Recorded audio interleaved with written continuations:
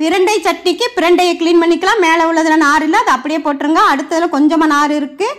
கையில் சொலு சொலுன்னு எண்ணெய் தடவிக்கோங்க. அப்போ தான் கை நமன்னு இருக்காது. ஒரு நார் கூட விடாமல் நல்லா க்ளீன் பண்ணிடுங்க.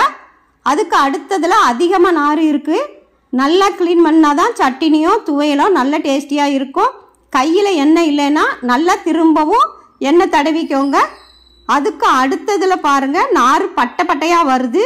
ஒரு நார் கூட விடாமல் நல்லா க்ளீன் பண்ணி எல்லாத்தையும் நம்ம ஒரு தட்டில் எடுத்து வச்சாச்சு.